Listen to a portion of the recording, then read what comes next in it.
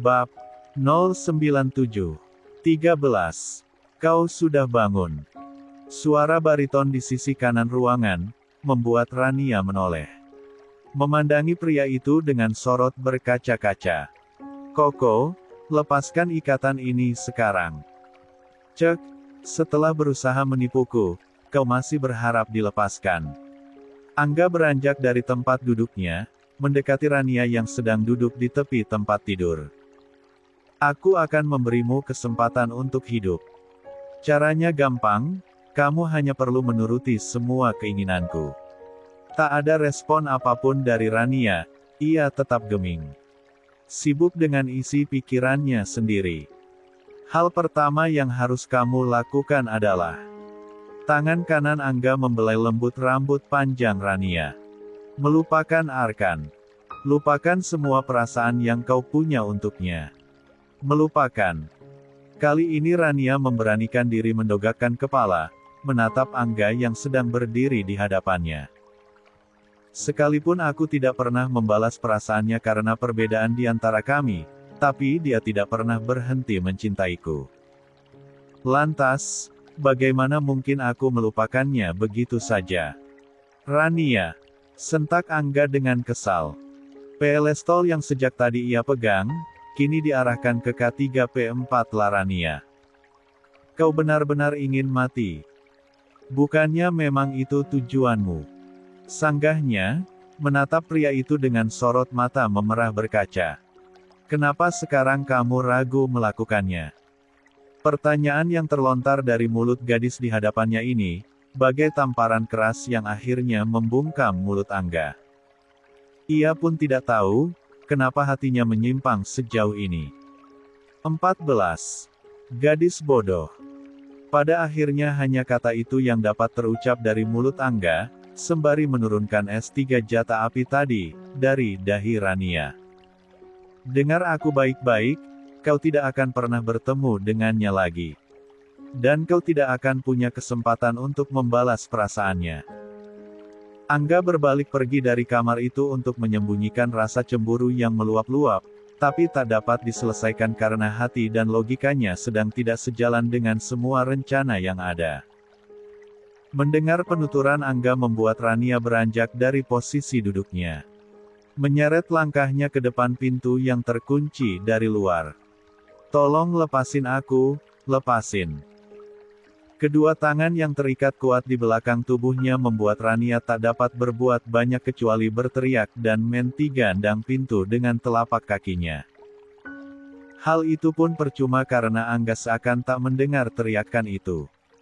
Menyesap rokok di balkon penginapan, sembari mendengarkan informasi dari seseorang di ujung telepon.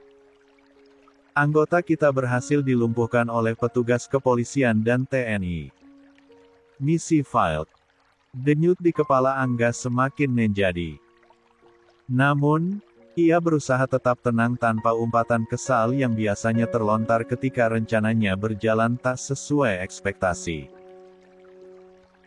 Cukup lama ia tertegun di sana, hingga akhirnya kembali berucap lirih kepada salah satu anak buahnya yang ia tugaskan untuk memantau proses pembebasan Bu Fani. Siapkan kapal, kita berangkat besok pagi. Pastikan semua berjalan lancar, ini misi terakhir. Siap, Tuan. Selesai dengan telepon, Angga kembali melanjutkan aktivitas Mernolkoknya dan hal terakhir yang ia lakukan adalah melepas SIM card pada ponsel lalu dipatahkan hingga hancur. Di tempat lain, Arkan dan beberapa orang petugas baru saja sampai di lokasi kejadian. Memeriksa TKP dan berharap ada secercah bukti yang bisa dijadikan petunjuk tentang keberadaan Rania.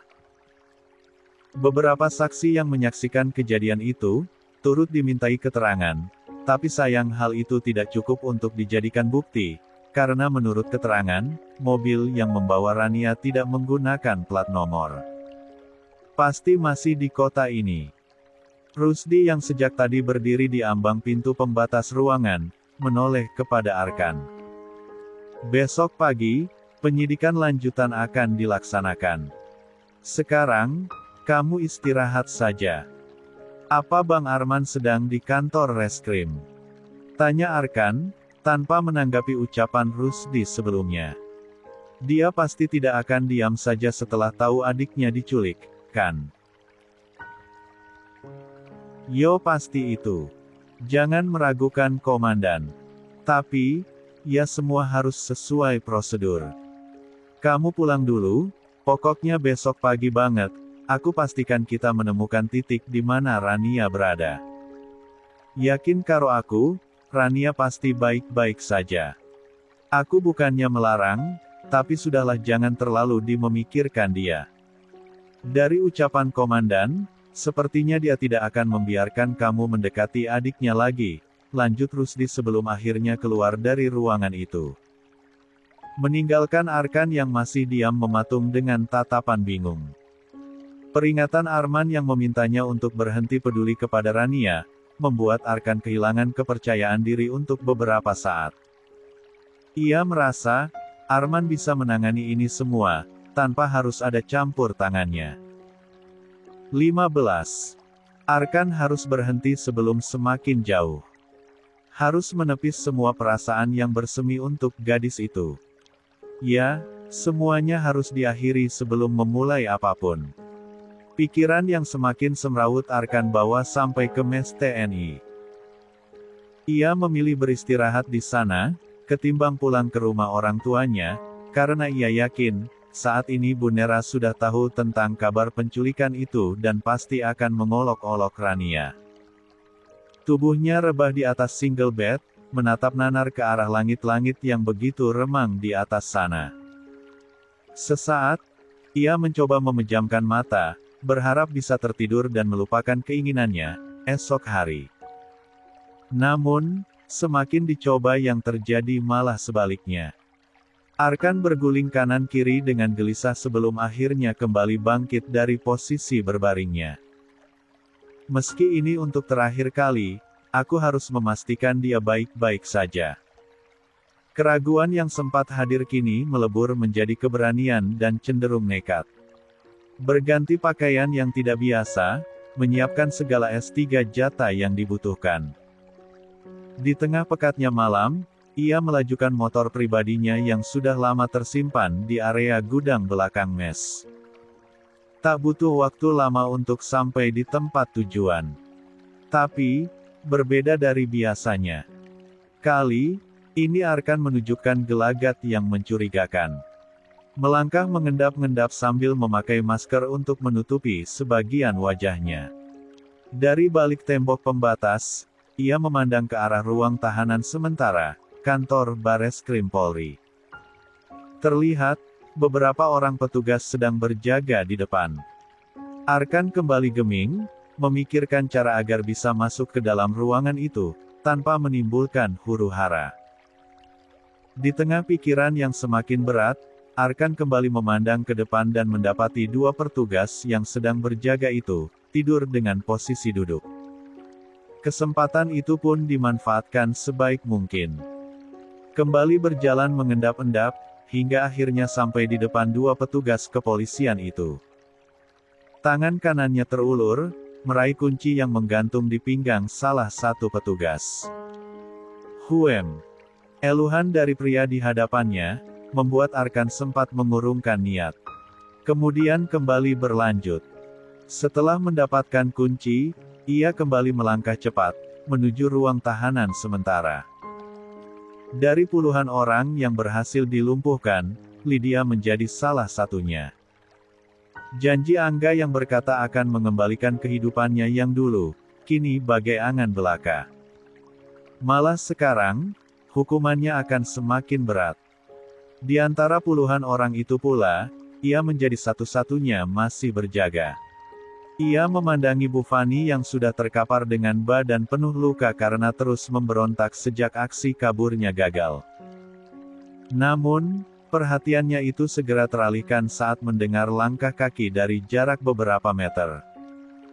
Terdengar semakin jelas, hingga membuat Lydia berdiri dari posisi duduknya. "Siapa di sana?" Serak. "Im." Kelopak matanya membeliak saat telapak tangan seseorang membekap mulutnya dari belakang. Mendorong hingga bertumpu ke tembok ruangan. Di tengah remangnya situasi, Lydia menatap kedua netra tajam di hadapannya. Ini aku. Arkan melepaskan masker yang menutupi sebagian wajahnya.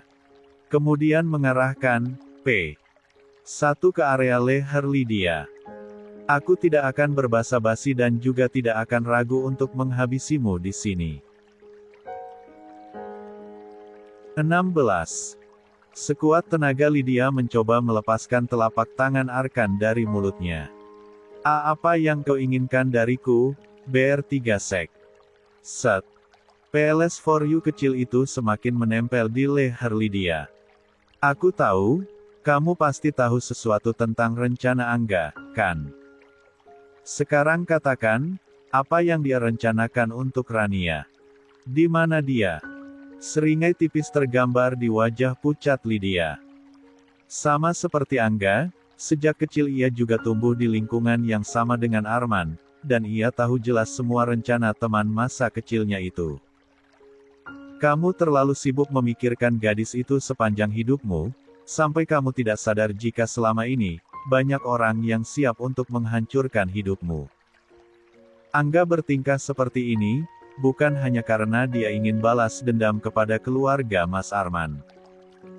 Tapi juga kepadamu, lanjut Lydia dengan lirih. Dia menginginkan gadis itu hanya untuk memuaskan rasa irinya. Berhentilah. Mungkin sekarang mereka sedang bersenang-senang di suatu tempat. Kenapa kamu kecintaan sekali kepada An 4K haram itu? Arkan, kamu pikir aku tidak tahu cerita karena sedang di penjara? Haha, aku tahu semuanya, karena semua orang pun tahu jika Rania itu An 4K hasil perselingkuhan. Kalian tidak akan pernah bisa bersama. Mamamu membencinya melebihi apapun di dunia ini. Kedua mata Arkan mengerjap berkaca saat mendengar penuturan Lydia yang kembali menegaskan tentang kemustahilan antara ia dan Rania. Apa cinta harus memiliki? Tanya Arkan pada akhirnya. Menekan So itu di leher Lydia hingga aliran darah segar menetes sedikit demi sedikit. Aku tidak peduli dengan itu.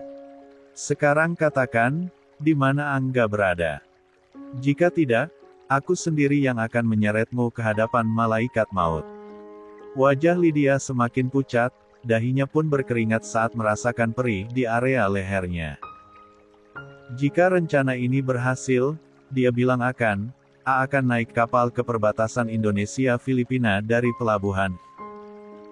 Tapi, karena rencananya membebaskan kami gagal, aku tidak tahu dia akan tetap berangkat dengan kapal atau tidak.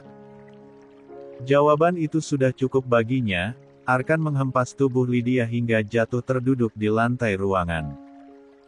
Sedangkan Lydia kembali beringsut ke sudut ruangan seperti orang ketakutan. Ternyata kau masih ingin hidup. Sampaikan permintaan maafku kepada Bang Arman besok pagi, ungkap Arkan saat memperhatikan tingkah Lydia. Tak ingin membuang waktu lebih banyak lagi, ia segera beranjak pergi meninggalkan tempat itu. Tak lupa mengunci pintu dari luar. Kunci yang ia curi secara diam-diam pun, dikembalikan dengan cara serupa pula. Berbalik pergi meninggalkan tempat itu dengan melompati pagar belakang. Pagi ini Arman baru selesai menginterogasi salah satu An 4K buah Angga dan akhirnya berhasil mendapatkan informasi yang akan membawanya bertemu sang adik. Ia pikir, sudah menjadi yang paling cepat bertindak dengan bergadang semalaman. Tapi, nyatanya tidak demikian. Sebelum apel siaga, ia mendapatkan telepon dari pihak Bareskrim Polri bahwa, semalam Angga menyusup masuk untuk menemui Lydia. Wes Angel.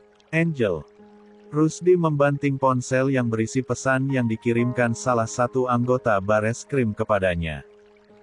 Bisa-bisanya dia nitip permintaan maaf untuk komandan ke Lydia sebelum pergi. Haha, si Arkan ternyata lebih nekat dari sampean. Arman kembali menghembus napas panjang mendengar penuturan Rusdi. Memijati pelipisnya yang tiba-tiba terasa kencang. Nggak usah apel.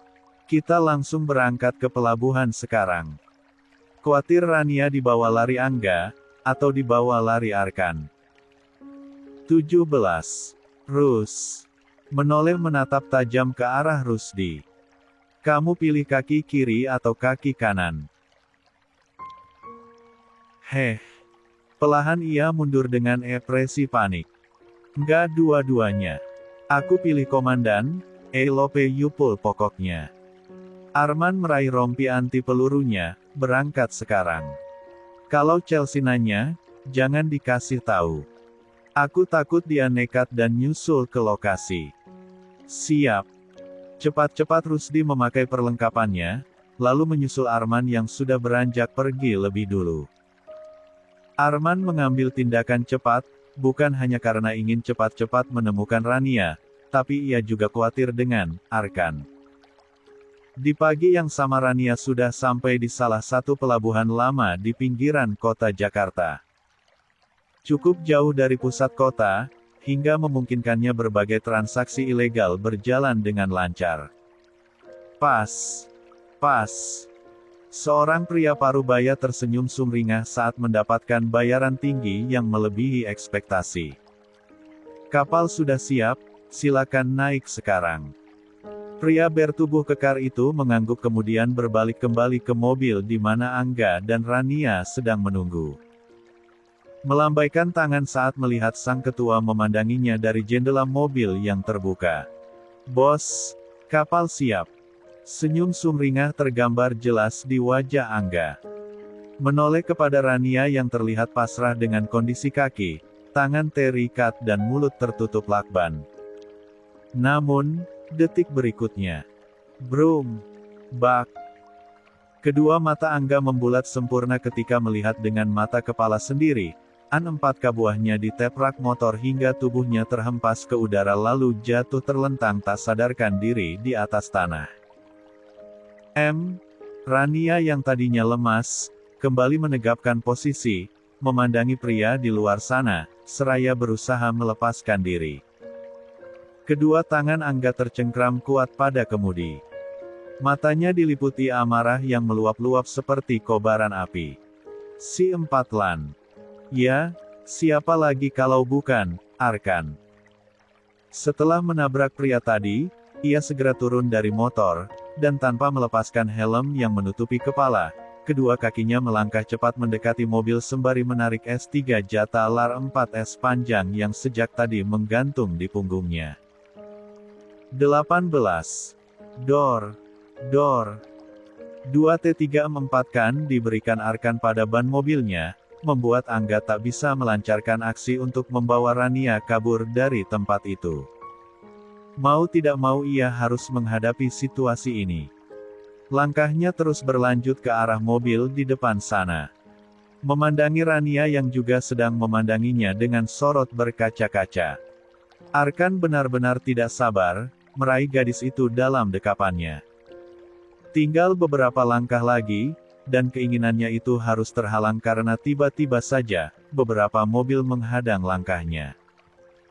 Puluhan orang keluar dari dalam, siap untuk mengempat jar Arkan yang berusaha untuk menghalangi perjalanan bos mereka. Cek, kau tidak akan pernah berhasil. Seru Angga, sesaat setelah turun dari mobil. Mungkin, kau bisa mendapatkan apapun yang tidak bisa aku gapai, tapi gadis ini, telah terikat denganku dan tidak akan pernah lepas. Arkan menurunkan S3 Nej-4 itu dari tangannya, memandangi Angga semabari menyunggingkan senyum sinisnya. Ikatan mana yang tidak bisa dilepas? Bahkan jika dia adalah istrimu. Aku akan merebutnya darimu. B3 ngesek. Perhatian Angga beralih, memberikan kode kepada An-4K buahnya untuk menjalankan perintah. Kemudian, berbalik kembali ke dalam mobil. Membawa turun Rania, dan kembali dimasukkan ke mobil lain yang akan membawanya ke tepi dermaga, berjarak 1 km dari tempat itu. Dari jarak beberapa meter, pandangan Rania tak pernah lepas dari Arkan. Sorotnya mengisyaratkan ketakutan dan kesedihan yang sangat dalam. Namun, sekeras apapun ia memberontak, Tenaganya sudah pasti kalah oleh Angga dan seorang pria lain yang terus mencengkraman bahunya kuat-kuat. Arkan yang hendak menyusul, harus mengurungkan niat. Puluhan orang dengan B4 lok kayu dan S3 Nej 4 tata jam lainnya kini berdiri di hadapannya. Bagai pagar tinggi yang akan sulit untuk dilewati. Begitu banyak ikan di laut, sahut seorang pria dengan angkuhnya. Kenapa harus mengejar milik orang lain? Pulanglah, kau tidak mungkin menang melawan kami semua. Lautan begitu luas dan dalam. Arkan kembali menggantung S3 Nej 4 tadi di punggungnya. Berjalan mendekat sambil melilitkan kain panjang ke tangan kanannya. Tapi kenapa kalian hanya menilainya dari permukaan?